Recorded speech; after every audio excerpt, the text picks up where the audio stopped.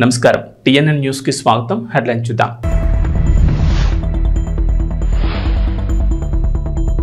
రేవంత్ రెడ్డి సర్కార్ మరో సంచలన నిర్ణయం. 51 గ్రామాలు మున్సిపాలిటీలో విలీనం. సర్కార్ గెజిట్ నోటిఫికేషన్ జారీ.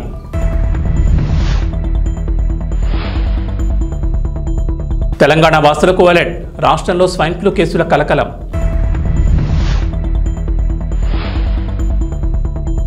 ఏపీలో వరద బాధితులకు ప్రభుత్వ సాయం. నిత్యావసరాల పంపిణీకి చంద్రబాబు ఆదేశం. చనిపోయిన వ్యక్తుల కుటుంబాలకు 5 లక్షల ఎక్స్గ్రేషియా.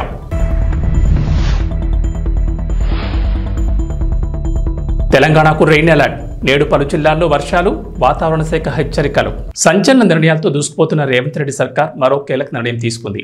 ఓఆర్ఆర్ పరిధిలోని 51 గ్రామాలను సమీప మున్సిపాలిటీలో విలీనం చేస్తూ ప్రభుత్వం గెజిట్ నోటిఫికేషన్ జారీ చేసింది. తక్షణమే ఈ గెజిట్ నోటిఫికేషన్ అమల్లోకి రానున్నట్లు అధికారులు తెలిపారు. 51 పంచాయతీల రికార్డులు మున్సిపల్ అధికారుల చేతుల్లోకి రానున్నాయి. డీనోటిఫై చేస్తూ పంచాయతీరాజ్ శాఖ నుంచి ఉత్తర్వులు వెలువడ్డాయి.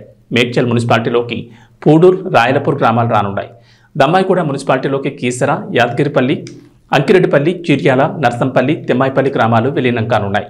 పోచారం మున్సిపాలిటీలోకి బోగారం, గోధుమకుంట, కరీంగూడ, రాంపల్లి, దయార, వెంకటాపూర్, ప్రతాప్ సింగారం, కొర్రెముల, కాచవాణి సింగారం, చౌదరిగూడ గ్రామాలు విలీనం కానున్నాయి. గట్కేసర్ మున్సిపాలిటీలోకి అంకుషపూర్, ఔషాపూర్, మందారం, ఎదులాబాద్, కనపూర్, మణిప్యాల్ కూడా గ్రామాలు కూడా విలీనం కానున్నాయి. గుండ్లపోచంపల్లి మున్సిపాలిటీ పరిధిలోకి మునీరాబాద్, గౌడవెల్లి గ్రామాలు రానున్నాయి. తూంకుంట మున్సిపాలిటీలోకి బొమ్రాజ్పేట, షామీర్పేట్, బాబాగూడ గ్రామాలు రానున్నాయి. అమీన్పూర్ మండల పరిధిలోని ఐలాపూర్ తాండా, కృష్ణారెడ్డిపేట, పటేల్గూడ, దాయర, సుల్తాన్పూర్ గ్రామాలు అమీన్పూర్ మున్సిపల్ పరిధిలోకి రానున్నాయి. తెలంగాణలో ఇప్పటికే వైరల్ ఫీవర్లు హడలెత్తిస్తుండగా తాజాగా స్వైన్ ఫ్లూ కేసులు కలకలం రేపుతున్నాయి. హైదరాబాద్లో తాజాగా 5 స్వైన్ ఫ్లూ కేసులు బయటపడ్డాయి. చాలా ఏళ్ల తర్వాత స్వైన్ ఫ్లూ కేసులు బయటపడడంతో ప్రజల్లో ఆందోళన మొదలైంది. దీంతో డాక్టర్లు తగిన జాగ్రత్తలు తీసుకోవాలని హెచ్చరిస్తున్నారు. తెలంగాణలో భారీ వర్షాలతో పాటు వరదలు పోటెత్తుతున్నాయి. దీంతో ప్రజలు తీవ్ర ఇబ్బందులు ఎదుర్కొంటున్నారు. సాధారణంగా వర్షాకాలంలో విషజ్వరాలు పంజా విసురుతాయి. ఇప్పటికే ప్రజలు చాలామంది హాస్పిటల్ పాలవుతున్నారు. ఇప్పటికే డెంగ్యూ, మలేరియా, చికెన్ గున్యా సహా వైరల్ ఫీవర్లతో రాష్ట్ర ప్రజలు ఇబ్బందులు పడుతున్నారు. తాజాగా స్వైన్ ఫ్లూ కేసులు బయటపడడం కలకలం రేపుతోంది. చాలా ఏళ్ల తర్వాత రాష్ట్రంలో స్వైన్ ఫ్లూ కేసులు బయటపడ్డాయి. హైదరాబాద్ నారాయణగూడలోని institute of preventive medicine 4 swine flu కేసులను నిర్ధారించింది. ఆంధ్రప్రదేశ్ ముఖ్యమంత్రి నారా చంద్రబాబు నాయుడు వరద ప్రభావిత ప్రాంతాల్లో సహాయక చర్యలపై మంత్రులు, కలెక్టర్లు, ఉన్నతాధికారులతో టెలికాన్ఫరెన్స్ నిర్వహించారు. వరద బాధితులకు సాయంపై కీలక ప్రకటన చేశారు. వరద ప్రభావిత ప్రాంతాల్లో విస్తృతంగా చర్యలు చేపట్టి సాధారణ స్థితికి తీసుకొస్తున్నామని, ప్రతి ఇంటికి సహాయం అందించాలని సూచించారు. రాష్ట్రంలో వరదల వల్ల నష్టాన్ని వివరించి కేంద్ర సాయం కోరతామని చెప్పారు. ఈ వరదల్లో చనిపోయిన వారిని గుర్తించి మృతదేహాలను వారి కుటుంబాల వారికి అప్పగించాలని, ఒకవేళ ఎవరూ ముందుకు రాకపోతే ప్రభుత్వం తరపున అంత్యక్రియలు నిర్వహించాలని సూచించారు. వరదలు, వర్షాలతో చనిపోయిన వారి కుటుంబాలకు 5 లక్షల పరిహారాన్ని ప్రభుత్వం తరపున అందిస్తుందన్నారు. వరద ప్రభావిత ప్రాంతాల్లో ప్రతి కుటుంబానికి 25 కేజీల బియ్యం, లీటర్ పామాయిల్, 2 కేజీల ఉల్లిపాయలు, 2 కేజీల బంగాళాదుంపలు, కేజీ చక్కెర అందించాలని అధికారులను ఆదేశించారు. మొబైల్ రైతు బజార్లు ఏర్పాటు చేసి బ్లాక్ మార్కెటింగ్ లేకుండా అతి తక్కువ ధరకు కూరగాయలు విక్రయించేలా చర్యలు చేపట్టాలన్నారు. వరద బాధితులకు ఆహారం, నీరు, బిస్కెట్లు, పాలు, అరటిపండ్లు అన్ని డోర్ టు డోర్ అందాలని, అన్ని అంబులెన్స్లు పూర్తి స్థాయిలో అందుబాటులో ఉంచాలని సూచించారు. వరద ప్రభావిత ప్రాంతాల్లో విద్యుత్ పునరుద్ధరణ వేగవంతం చేయాలని, శానిటేషన్ పనులు వేగవంతం చేయాలన్నారు. ప్రతి ఇంటిని శుభ్రం చేసే సమయంలో ఇంటికి సంబంధించిన వారిని భాగస్వాములను చేయాలని సూచించారు. ఏ తుఫాను కూడా ఎప్పుడొస్తుందో ఇంకా ఎవరు ఫిక్స్ చేయాల. తుఫాను అనేది మీరు గుర్తుపెట్టుకోవాల్సింది, సముద్రంలో ప్రారంభమైనప్పటి నుంచి అలర్ట్ చేస్తూ ఉంటారు. ఆ తుఫాను డైరెక్షన్ మారుతా వస్తుంది, అటు పోతుంది, ఇటు పోతుంది, ఫైనల్గా ఒక డైరెక్షన్కి వచ్చి ల్యాండ్ మీద క్రాస్ అవుతుంది. ఇప్పటికీ ఇంకా ఫార్మేషన్లో ఉంది. రేపు ఎల్లుండి మనకు ఒక ఐడియా వస్తుంది. ప్రస్తుతానికైతే మనకు రాదని అంటున్నారు, కానీ ఆ డైరెక్షన్ ఏ విధంగా చేంజ్ అవుతుందో వీ కెనాట్ ప్రిడిక్ట్. అది వచ్చినప్పుడు ఎప్పటికప్పుడు మీకు అలర్ట్ ఇస్తాం. అన్నింటికంటే ఈరోజు కృష్ణా రివర్లో కూడా వాటర్ బాగా తగ్గింది. 6.67కు వచ్చేసింది. ఇంకా రేపు ఎల్లుండికి ఇది <5 కూడా వస్తుంది. ఇంకా తగ్గే అవకాశం ఉంది. నిన్న ఈ సమయానికి చూస్తే, ఇంకా ముందు చూస్తే 11.43 లక్షల క్యూసిక్స్ ఆఫ్ వాటర్ వచ్చేది. ఈరోజు దగ్గర 6.5 పడిపోయింది, సగానికి పడిపోయింది. రేపటికి ఇంకా తగ్గే అవకాశం వస్తుంది. అది వస్తాను ఏం చేయాలో మనం అనలైజ్ చేస్తాం. మీరు చెప్పిన సమస్యకి ఇప్పుడు చాలా రిలీఫ్ వచ్చింది. ఇంకంత ప్రమాదం వస్తుందని అనుకోవడం లేదు. No, we will give report tomorrow. we are discussing with our people. We will prepare a report. We will send it to central government for assistance. ఎన్ని ఇండ్లు మునిగిపోయినాయని కాదు, చాలా ఇండ్లు దెబ్బతిన్నాయి. సబ్మర్జెన్స్ వచ్చింది, మళ్ళా నీళ్లు వెళ్ళిపోయినప్పుడు వచ్చేస్తూ ఉంటుంది. ఇండ్లలో చాలా వరకు ఇబ్బంది కలిగింది. ఇంట్లో ఉండే వస్తువులన్నీ దెబ్బతిన్నాయి, వెహికల్స్ దెబ్బతిన్నాయి. అవన్నీ అనలైజ్ చేస్తున్నాం. ఎన్యూమరేషన్ లో అన్ని వస్తాయి మనకు. అందుకే దానికి కూడా ఏం చెప్పామంటే, క్యాటిల్ ఏవైతే చనిపోయినాయో అవన్నీ కూడా ఎక్కడికక్కడ డిస్పోజ్ చేయాలి. వెటనరీ డిపార్ట్మెంట్ లో కొన్ని ప్రొసీజర్స్ ఉన్నాయి, అవంతా కూడా ఈ సాల్ట్ అవన్నీ వేసి అక్కడనే బరీ చేయాలని దగ్గరలోనే. అది కూడా ఒకసారి పెట్టాం, రేపు ప్రొక్లైన్స్ పెట్టి అవన్నీ బరీ చేస్తారు. ఓకే, అదే మరి ఫాడర్ కూడా పశువులకి అది కూడా ఉంది. దాన్ని కూడా నేను ఈరోజు మా నోటీస్ రాలేదు, ఉన్నాయి కానీ అంత విజిబుల్ గా రాలేదు. Will focus on that. రేపు వెళ్ళడం కూడా ఫోకస్ చేస్తాం. అదే మరి వరదల్లో ఒక విద్యుత్ ఆపడానికి వచ్చినటువంటి వెళ్ళినటువంటి ఒక లైన్ మ్యాన్ పవర్ షాక్ వచ్చి చనిపోయాడు మొన్నే. అతనికి డిపార్ట్మెంట్ 20 లక్షలు ఇస్తుంది. గవర్నమెంట్ కూడా ఒక 10 లక్షలు ఇచ్చి 30 లక్షలుగా ఇచ్చి ఆయనకు న్యాయం చేస్తాం. ఇంకో పక్క గోదావరి లెవెల్ కూడా కొద్దిగా 41కి వచ్చింది. దాన్ని కూడా మానిటర్ చేస్తున్నాం ఎప్పటికప్పుడు. అందుకే బుడమేరుని సెట్ చేస్తున్నాం. ఇంకా ఆ పరిస్థితి రాకూడదు. ఏమేం ప్రికాషన్ తీసుకోవాలో అన్ని ప్రికాషన్స్ ఆన్ వార్ ఫుటింగ్ తీసుకుంటున్నాం. గేట్లు మూసేస్తేనే సమస్య పరిష్కారం అవుతుందని కాదు. ఆ సైడు ఈ సైడు దాని మీద ఆ బ్రీచ్ ఉంది. ముందు ఆ బ్రీచ్ క్లోజ్ కావాలి. అది వైఎస్ఆర్ కాంగ్రెస్ పార్టీలో ఆ బ్రీచ్ పడింది. ఇప్పుడు కూడా బుకాయిస్తున్నారు. బుకాయింపులొద్దు. నేను వచ్చి 80 రోజులైంది. 80 రోజుల్లో మా వాళ్ళు దాన్ని డయాగ్నోస్ చేయలేకపోయారు. రెండోది అన్ఎక్స్పెక్టెడ్ గా హెవీ రెయిన్స్ వచ్చాయి. మీ మానవ ఫెయిల్యూర్. రెండో పక్కన ఇది ఇప్పుడు మాట్లాడుతున్నారు ఏదో మా మీద నెడుతుందని. ఎవరి మీద నెట్టక్కర్లా. మీరు చేసినటువంటి నిర్వాహకం ఈరోజు రాష్ట్రాన్ని వెంటాడుతూ ఉంది. ప్రజలకు అన్ని ఇబ్బందులు వచ్చాయి. ఇది ఒకటే కాదు, అడుగడుగున అడ్మినిస్ట్రేషన్ మొత్తం ఫెయిల్ అయింది. ఒక మాట చెప్పాలంటే ఒక వెంటిలేటర్ పైన పెట్టే పరిస్థితికి వచ్చారు ఈ రాష్ట్రాన్ని. అందుకని ఒక పక్క ఆర్థిక ఇబ్బందులు, ఒక పక్క అడ్మినిస్ట్రేషన్ డిఫంక్ట్ కావడం, డిపార్ట్మెంట్స్ అన్ని పనిచేయకుండా పోవడం, ఇంకో పక్క తప్పుడు పనులు చేయడం, ఇంకొక పక్కన మీరు చూస్తే ఎక్కడికక్కడ బురజల్లే కార్యక్రమం చేయడం, ఇలాంటివన్నీ చేసే పరిస్థితికి వస్తున్నారు. ఇవన్నీ ఎక్కడ క్షమించే పరిస్థితి ఉండదు. ప్రజల్లో కూడా చైతన్యం తీసుకొస్తాం. ఒకటే గుర్తుపెట్టుకోండి, రాజకీయ పార్టీకి ఉండవలసిన లక్షణాలు ఒక్క లక్షణం కూడా ఈ పార్టీకి లేదు. నేను చాలా పార్టీలు చూశాను 45 సంవత్సరాల్లో. ఏ పార్టీ ఇలాంటి పార్టీ ఉండదు. ఒక రౌడీలను పెట్టుకొని, గూండాలను పెట్టుకొని రాజకీయ పార్టీ నడపాలి, నేరాలు ఘోరాలు చేయాలంటే కుదరదు. ఆ విషయం గుర్తుపెట్టుకోండి. నేను నిన్న ఈరోజు ఎప్పుడు చూస్తున్నాను, ఇంకా బుకాయిస్తున్నారు. బుకాయింపులు మానండి, వాస్తవాలకు రండి. Thank you. ఏపీ హైకోర్టులో వైఎస్ఆర్సీపీ నేతలకు ఎదురుదెబ్బ తగిలింది. ముందస్తు బెయిల్ కోర్టుతో దాఖలు చేసిన పిటిషన్ను కోర్టు కొట్టివేసింది. చంద్రబాబు ఇంటి మీద దాడి కేసులో మాజీ మంత్రి జోగి రమేష్, అలాగే టీడీపీ కార్యాలయంపై దాడి కేసులో లేళ్ల అప్పిరెడ్డి, తలసిల రఘురాం, నందిగం సురేష్, దేవినేని అవినాష్ సహా ఇతర వైఎస్ఆర్సీపీ నేతల పిటిషన్ తిరస్కరించింది. అయితే బెయిల్ తిరస్కరించిన తర్వాత వైఎస్ఆర్సీపీ తరపున లాయర్లు కోర్టుకు చిన్న రిక్వెస్ట్ చేశారు. బెయిల్ తిరస్కరించబడిన వారిపై 2 వారాలు ఎలాంటి చర్యలు తీసుకోకుండా ఆదేశాలు ఇవ్వాలని కోరారు. సుప్రీంకోర్టులో బెయిల్ కోసం అప్పీల్ చేసుకునేందుకు అవకాశం ఇవ్వమని అడిగారు. అయితే దీనిపై విచారణ చేపట్టే అంశాన్ని మధ్యాహ్నం పరిశీలిస్తామని చెప్పింది హైకోర్టు. మంగళగిరిలోని తెలుగుదేశం పార్టీ కార్యాలయంపై దాడి ఘటనలో మంగళగిరి రూరల్ పోలీసులు కేసు నమోదు చేశారు. ఈ కేసులో ముందస్తు బెయిల్ మంజూరు చేయాలని కోరుతూ పలువురు వైఎస్ఆర్సీపీ నేతలు ఏపీ హైకోర్టును ఆశ్రయించారు. విచారణ జరిపిన హైకోర్టు నిందితుల విషయంలో తొందరపాటు చర్యలు తీసుకోవద్దని మధ్యంతర ఉత్తర్వులు ఇచ్చింది. ఆ తర్వాత కోర్టులో వాదనలు జరిగాయి. కొద్ది రోజుల పాటు నిందితులపై ఎలాంటి చర్యలు తీసుకోవద్దని మధ్యంతర ఉత్తర్వుల్ని కోర్టు పొడిగించింది. ఆంధ్రప్రదేశ్ ప్రభుత్వం ఇటీవల పింఛన్ తీసుకునే వారికి తీపి కబురు చెప్పింది. గతంలో పింఛన్ను బదిలీ చేసుకునే అవకాశం కల్పిస్తున్నట్టు ప్రకటించిన సంగతి తెలిసిందే. తాజాగా పింఛన్ను బదిలీ అవకాశం కల్పించింది. ఆంధ్రప్రదేశ్ రాష్ట్రంలో ఒక ప్రాంతం నుంచి మరో ప్రాంతానికి పింఛన్ బదిలీ కోసం ఆప్షన్ ఇప్పుడు ఓపెన్ చేశారు. పింఛన్ను బదిలీ చేయించుకోవాలనుకుంటున్న వారు ప్రస్తుతం వారు పింఛన్ తీసుకుంటున్నటువంటి సచివాలయంలో దరఖాస్తు చేసుకుంటే సరిపోతుందని అధికారులు తెలిపారు.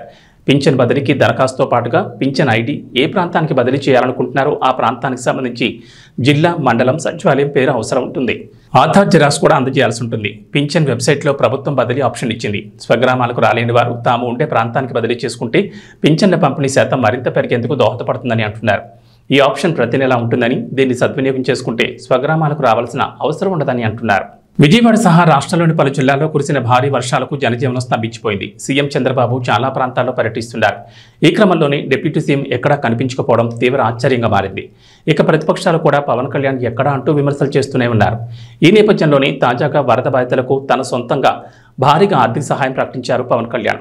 తాను ఎందుకు వరద ప్రభావిత ప్రాంతాల్లో పర్యటించడం లేదు అనేది వెల్లడించారు. జనసేన అధినేత, ఆంధ్రప్రదేశ్ డిప్యూటీ సీఎం పవన్ కళ్యాణ్ మరోసారి తన దాతృత్వ గుణాన్ని చాటుకున్నారు. ప్రస్తుతం రాష్ట్రంలో వరదలతో అల్లాడుతున్న వారికి అండగా నిలిచేందుకు తన వంతుగా ₹1 విరాళం ప్రకటించారు. ఇక గత కొన్ని రోజులుగా రాష్ట్రంలో కురుస్తున్న భారీ వర్షాలకు లోతట్టు ప్రాంతాల్లో చిక్కుకున్న బాధితులకు ధైర్యం చెప్పేందుకు ముఖ్యమంత్రి నారా చంద్రబాబు నాయుడు సుడిగాలి పర్యటన చేస్తున్నారు. శనివారం ఉదయం నుంచి ఇప్పటి వరకు వరద ప్రభావిత ప్రాంతాల్లో పర్యటిస్తూ వారికి అండగా నిలుస్తున్నారు. ఇక ప్రతిపక్ష నేత, వైసీపీ అధినేత వైఎస్ జగన్మోహన్ రెడ్డి కూడా పలు ప్రాంతాల్లో పర్యటించి వరద బాధితుల సమస్యలు అడిగి తెలుసుకున్నారు. ఈ క్రమంలోనే తాజాగా డిప్యూటీ సీఎం పవన్ కళ్యాణ్ ఎందుకు వరద బాధితులను పరామర్శించడం లేదంటూ విమర్శలు వెలువెత్తున్నాయి. ఈ విమర్శలకు పవన్ కళ్యాణ్ సమాధానం చెప్పారు. 1వ తారీఖు అనుకున్నప్పుడు అందరూ ఏమన్నారంటే, మీరు వస్తే ఇది మాకు ఈ రిలీఫ్ ఆపరేషన్స్కి ఇబ్బంది అయిపోద్ది, మాకు దయచేసి మీరు ఈ రిలీఫ్ ఆపరేషన్ మీరు అడ్డం అయిపోతారని చెప్పేసి వారి సూచన మేరకు నేను ఆగిపోవాల్సి వచ్చింది. ఇప్పుడు కూడా ఒకసారి వాళ్ళ నిర్ణయం తీసుకొని వాళ్ళు టేక్ కాల్ వెళ్తే అది సహాయపడాలి, కానీ మళ్ళీ ఇంకొక కేయాటిక్ మీకు తెలుసు కదా, అందుకని దాన్ని దృష్టిలో పెట్టుకుని కొంచెం తటపాయిస్తాను. అంతకుమించి లేదు, కొంచెం ఇబ్బంది లేదంటే ముందు మెయిన్ అధికారులు పాపం గత 72 గంటల నుంచి వాళ్ళు నలిగిపోతాను నిద్రాహారాలు లేకుండా. సో వాళ్ళని దృష్టిలో పెట్టుకొని మళ్ళీ నేను వెళ్ళి సహాయపడాలి, కానీ మళ్ళీ అది అదనపు బరువు అయితే మళ్ళీ రెస్క్యూ ఆపరేషన్స్ ఇబ్బంది కలగకూడదని చెప్పి నేను దాన్ని దృష్టిలో పెట్టుకొని నేను స్వయంగా పర్యవేక్షిస్తాను. జగ్గంపేట నియోజకవర్గ వరద బాధితులకు జ్యోతుల్ నెహ్రూ ఫౌండేషన్ ద్వారా 40,000 బిర్యానీ ప్యాకెట్లు పంపిణీ చేశారు. ఇటీవల రాష్ట్రంలో కురిసిన వర్షాల కారణంగా వరద బాధితులు సహాయాన్ని అందించేందుకు జ్యోతుల్ నెహ్రూ ఫౌండేషన్ శ్రీకారం చుట్టింది. 40,000 బిర్యానీ ప్యాకెట్ల ఆహారాన్ని జ్యోతుల్ నెహ్రూ ఫౌండేషన్ ద్వారా అందించడానికి సిద్ధమయ్యారు. ఆహారాన్ని అందించడానికి వెళ్లే వాహనాలకు తెలుగుదేశం పార్టీ కాకినాడ జిల్లా అధ్యక్షులు జ్యోతుల్ నవీన్ జెండా ఊపి ప్రారంభించారు. జగ్గంపేట ఎమ్మెల్యే జ్యోతుల్ నెహ్రూ మాట్లాడుతూ, ఇటీవల రాష్ట్రంలో కురిసిన వర్షాలకు కృష్ణా, గుంటూరు జిల్లాలు అతలాకుతలమయ్యాయి. అనేక కుటుంబాలు వరద నీటిలో చిక్కుకున్నాయి. ఆ కుటుంబాల ప్రజలు ఆహారం లేక అనేక ఇబ్బందులు పడుతున్నారని బాధితులకు ఆహారం అందించేందుకు జగ్గంపేట నుండి 1,00,000 మంచినీళ్ల ప్యాకెట్లు, 40,000 ఆహార ప్యాకెట్లు తయారు చేసి పంపించడం జరిగిందన్నారు. ప్రతిపక్షాలు ప్రభుత్వాన్ని విమర్శించడం మానుకొని వరద బాధితులు సహాయక కార్యక్రమాలు చేసే ఆలోచన చేస్తే బాగుంటుందని హితవు పలికారు. ఈ కార్యక్రమంలో తెలుగుదేశం పార్టీ శ్రేణులు పాల్గొన్నారు. ఆంధ్ర రాష్ట్రంలో, ఉభయ తెలుగు రాష్ట్రాల్లోని కూడా అనుకోనటువంటి అతివృష్టి కారణంగా మనకు విజయవాడ సుమారు 100 సంవత్సరాల క్రితం వచ్చినటువంటి పరిస్థితులు ఇవాళ వచ్చినటువంటి వరద చూసుకున్నట్టయితే రాష్ట్రంలో పంట చాలా తీవ్రంగా నష్టపోయినటువంటి పరిస్థితి ఉంది. ఈ అధిక వర్షాల వల్ల విజయవాడ పరిసర ప్రాంతాలను చూసుకున్నట్టయితే 3 లక్షల మంది సుమారు నిరాశ్రయులయ్యారు ఈ వరద ముంపు వల్ల.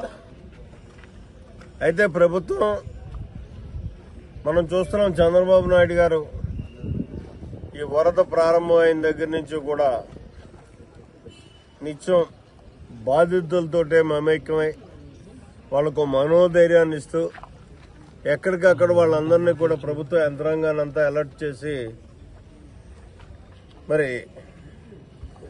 బాధితులను ఆదుకుంటున్నటువంటి పరిస్థితి ఉంది. అయితే ఆయన ఇచ్చినటువంటి పిలుపు మేరకు మనం ఎప్పుడూ కూడా ఇటువంటి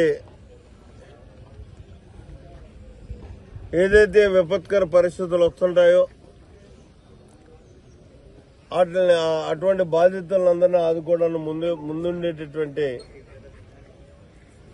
మా యంత్రాంగం కార్యకర్తలు ఇవాళ అదే రకంగా విజయవాడలో తీవ్రంగా నష్టపోయినటువంటి, కనీసం ఆహారం కూడా దొరకనటువంటి పరిస్థితుల్లో ఉన్నటువంటి ఈ పరిస్థితిని గ్రహించి ఇవాళ జ్యోతుల నెహ్రూ ఫౌండేషన్ ద్వారా సుమారు ఒక 40,000 పలావ్ ప్యాకెట్స్ చేయించి తీసుకెళ్ళడం జరుగుతుంది. అయితే ముందు బియ్యం పంపిణీ చేయాలనుకున్నాం. అయితే మా నాయకుడు చంద్రబాబు నాయుడు గారు, మీరు ఎవరు తెచ్చినా ముందు ఆహారం దండే తెచ్చి ఇక్కడ ఆదుకోండి, ప్రజలు ముందు ఆదుకోండి, తర్వాత మనం సెకండరీ వాళ్ళంతా కూడా వాళ్ళ ఇళ్లకెళ్లి యథాతథ స్థాయిలో ఉన్నప్పుడు మనం ఏం చేద్దామన్నా చేద్దాం, ప్రభుత్వ పరంగా కానీ మీ అందరి సహకారంతో కానీ చెప్పిన మేరకు ఇప్పుడు బయలుదేరి ఈ రాత్రికి 40,000 మందికి మన జగ్గంపేట నియోజకవర్గం అలాగే జ్యోతుల నెహ్రూ ఫౌండేషన్ ద్వారా ఆహారాన్ని అందించేటటువంటి కార్యక్రమానికి శ్రీకారం చుట్టాం. 1,00,000 వాటర్ ప్యాకెట్లు కూడా తీసుకెళ్లడం జరుగుతుంది. ఎందుకంటే అంతా నీరుంటది, తాగడానికి పరిస్థితులు ఉండవు, అనుకూలించవు. కాబట్టి ఈ వాటర్ కూడా అతి ముఖ్యం. కాబట్టి దాన్ని 1,00,000 వాటర్ ప్యాకెట్లు కూడా తీసుకెళ్తున్నాం. మరి దీనికి సహకరించినటువంటి మిత్రులందరికీ కూడా మనస్ఫూర్తిగా నేను అభినందనలు తెలియజేసుకుంటూ, అయితే ఇటువంటి విపత్కర పరిస్థితులు వచ్చినప్పుడు రాజకీయాలకు అతీతంగా రాజకీయ నాయకులు ఆలోచన చేయాల్సినటువంటి అవసరం ఉంది. ఆ ఆలోచనతో ఈవేళ ఈ కార్యక్రమాన్ని మేము తీసుకోవడం జరిగింది. మా నాయకుడు చంద్రబాబు నాయుడు గారు చూసుకున్నట్టయితే, మన నాయకుడు మన ముఖ్యమంత్రి గారు ఒక బాధ్యత ఉన్నటువంటి వ్యక్తిగా బాధితులతో నిల్చొని తిరుగుతూ రాత్రి 3 గంటల దాకా కూడా ఆయన ఎక్కడా నిద్రపోకుండా తిరిగి ఒక మనోధైర్యాన్ని కల్పిస్తుంటే, మరి పులివెందుల ఎమ్మెల్యే గారు, ఆయన ప్రతిపక్ష నాయకుడు కూడా కాదు, అయినా నాకు ప్రతిపక్ష నాయకత్వం కావాలి అని కోర్టులకు వెళ్తున్నటువంటి పరిస్థితి. మరి ఆ బాధ్యత ప్రజల కష్టాల్లో ఉన్నప్పుడు కూడా తీసుకోవాల్సినటువంటి అవసరం ఉంది. నిన్న వచ్చాడు, వచ్చి ఏం చెప్తాడండి, రాష్ట్ర ప్రభుత్వం వైఫల్యం చెందింది, అందుకే ఈ వరద వచ్చేసింది. ఏంటి, రాష్ట్ర ప్రభుత్వం కానీ గొడిగెత్తే నీరు ఆగిపోద్దా? ఇది విపరీతమైనటువంటి వర్షం, 40 సెంటీమీటర్లు కూడా ఒక్కొక్క ప్రాంతంలో కురిసినటువంటి పరిస్థితి ఉంది. అనుకోనటువంటి పరిస్థితుల్లో క్రౌడ్ బరస్ట్ అయి ఇవాళ విపరీతంగా వరదలు వచ్చినటువంటి పరిస్థితి. ఈ పరిస్థితులను కూడా తెలుసుకోలేనటువంటి మూర్ఖత్వంతో నేను ప్రతిపక్షం అంటే మంచి చేసినా చెడు చేసినా సరే విమర్శించడమే నా వంతు అనుకునేటటువంటి విధానంలో అతను తెలుగుతోగ్గా మాట్లాడుతుంటే నాకు జాలేసింది. ప్రజలు అందుకే ఇతనికి ప్రతిపక్ష హోదా కూడా ఇవ్వలేదు, వాస్తవం గ్రహించి. ఎందుకంటే ఈరోజు రాజకీయం చేసుకోవాల్సిన పని ఏంటండి? నువ్వు కనీసం ఒక వాటర్ ప్యాకెట్ తెచ్చావా? ఎవరు నువ్వు ఆదుకున్నావు? నువ్వు కానీ నీ పార్టీ కానీ. వేళ 3 లక్షల మంది అన్నార్తులై ఆక్రందనలు చేస్తుంటే ఏ ఒక్కడికన్నా ఒక అన్నం పెట్టినటువంటి పరిస్థితి ఉందా నీలో? మళ్ళీ నీకు ప్రతిపక్ష హోదా కావాలా? చంద్రబాబు నాయుడు వల్ల ఈ విపత్తు వచ్చిందంటాడు. ఏంటది? ఏం మాట్లాడాలో తెలియనటువంటి పరిస్థితి. నువ్వు కనీసం ఏమీ ఇవ్వకపోయినా బాధితుల్ని శాంతపరచడానికి ఉపశమనం మాట్లాడాలి. మేమంతా నీ వెనకాల ఉన్నాం, మిమ్మల్ని ఆదుకుంటాం. ప్రతిపక్షంగా అధికార పక్షం కానీ ఎక్కడ ఆదుకోకపోయినా సరే మేము ఫైట్ చేసి పోరాటం చేసి మిమ్మల్ని ఆదుకునేటటువంటి పరిస్థితి కల్పిస్తాం. ప్రస్తుతానికి మేము ఉన్నాము అని చెప్పేసి చెప్పాల్సింది పోయి అక్కడ కూడా రాజకీయం. కానీ ఒకటి మెచ్చుకోవాలా, మన లోతు నీళ్ళలోకి వచ్చాడు. రెడ్ కార్పెట్ ఉంటేనే కానీ నడవనటువంటి మనిషి ఇవాళ జనం కిందకి దింపారు. మనలోతు నీళ్ళలో నడిచాడు 4 అడుగులు. అది కూడా నేనైతే అనుకుంటాను, అది కూడా ఈ జనం దింపారని మాత్రం అనుకోడు. ఏదో నటిస్తున్నాను నటిస్తాడు కాబట్టి నటిస్తున్నాను అనుకుంటాను. కానీ జగన్మోహన్ రెడ్డి ఒక ఎల్డర్ గా నీకు నేను సలహా ఇవ్వదలిచాను. ఏపీ తెలంగాణలో గత వారం రోజులుగా కురుస్తున్న వర్షాల కారణంగా వేలాది మంది నిరాశ్రయులయ్యారు. ముఖ్యంగా విజయవాడలోని 40% నివాసాలు వరద నీట మునిగినట్లు వార్తలు వస్తున్నాయి. ఇప్పటికే రాష్ట్ర ప్రభుత్వాలు సహాయక చర్యలు చేపట్టాయి. ముఖ్యమంత్రులు నిరాశ్రయాల వద్దకు, వరద బాధితుల వద్దకు వెళ్లి వారి కష్టాలను తెలుసుకుని సహాయం అందిస్తున్నారు. మరోవైపు స్వచ్ఛంద సంస్థలు, సినిమా హీరోల అభిమాన సంఘాలు గ్రౌండ్లోకి దిగి తమ చేతనైన సాయం చేస్తూ బాధితులను ఆదుకుంటున్నారు. మెల్లమెల్లగా పరిస్థితులు కుదిరిపడుతున్నాయి. ముంపుకు గురైన ఇళ్లు, పంట పొలాలు బయటకొస్తున్నాయి. ఆహారం, ఇతర నిత్యావసరాలను సరఫరా చేస్తున్న స్వచ్ఛంద సంస్థలకు ఇండస్ట్రీకి చెందిన పలువురు స్టార్స్ మద్దతుగా నిలుస్తున్నారు. ఇదే సమయంలో టాలీవుడ్ స్టార్స్ పలువురు భారీ విరాళాలు ప్రకటించారు. 2 తెలుగు రాష్ట్రాల్లోనూ వరద బీభత్సం సృష్టించిన నేపథ్యంలో విరాళాన్ని 2 ముఖ్యమంత్రుల సహాయ నిధికి ఇస్తున్నారు. ఎన్టీఆర్తో పాటు పలువురు తమ వంతు విరాళాన్ని ప్రకటించారు. తాజాగా మెగాస్టార్ చిరంజీవి ₹1 కోటి విరాళాన్ని తెలుగు రాష్ట్రాల ముఖ్యమంత్రుల సహాయ నిధికి అందిస్తున్నట్లు ప్రకటించారు. సోషల్ మీడియా ప్లాట్ఫామ్ ఎక్స్ ద్వారా చిరంజీవి ఈ విషయాన్ని అధికారికంగా ప్రకటించారు. 2 తెలుగు రాష్ట్రాలను వర్షాలు అతలాకుతలం చేస్తున్నాయి. గత 4 రోజులుగా కురుస్తున్న వర్షాలతో ఏపీ, తెలంగాణలోని చాలా ప్రాంతాలు జలమయమయ్యాయి. ముఖ్యంగా ఏపీలోని విజయవాడ, తెలంగాణలోని సూర్యాపేట, ఖమ్మం, మహబూబాబాద్ జిల్లాల్లో జనజీవనం స్తంభించిపోయింది. భారీ వరదలతో బోళ్లకు నీట మునిగాయి. ఇప్పటికీ చాలా కాలనీలు ముంపులోనే ఉన్నాయి. ఇల్లు, వాకిలి కొట్టుకుపోయి కట్టుబట్టలతో నిరాశ్రయాలుగా మిగిలారు. ఇటువంటి సమయంలో వాతావరణ శాఖ మరోసారి హెచ్చరికలు జారీ చేసింది. 2 తెలుగు రాష్ట్రాల్లో నేడు వర్షం కురిసే ఛాన్స్ ఉందని చెప్పింది. 3 రోజుల క్రితం విలయం సృష్టించిన వాయుగుండం అల్పపీడనంగా మారి ఇప్పటికీ ఉత్తర తెలంగాణ, దక్షిణ మధ్యప్రదేశ్పై కొనసాగుతూనే ఉంది. బంగాళాఖాతంలో ద్రోణి వాతావరణం ఉంది. అది నేటి నుంచి మరో 3 రోజులు ఉంటుందని వాతావరణ శాఖ అధికారులు తెలిపారు. పశ్చిమ మధ్య బంగాళాఖాతంలో రేపు మరో అల్పపీడనం ఏర్పడే అవకాశాలున్నాయన్నారు. వీటి ప్రభావంతో మరో 5 రోజుల పాటు 2 తెలుగు రాష్ట్రాల్లో విస్తారంగా వర్షాలు కురుస్తాయన్నారు. కొన్ని జిల్లాల్లో అత్యంత భారీ వర్షాలకు ఛాన్స్ ఉందని వెల్లడించారు. ఏబీ బులెటిన్ విశేషం. నమస్కారం.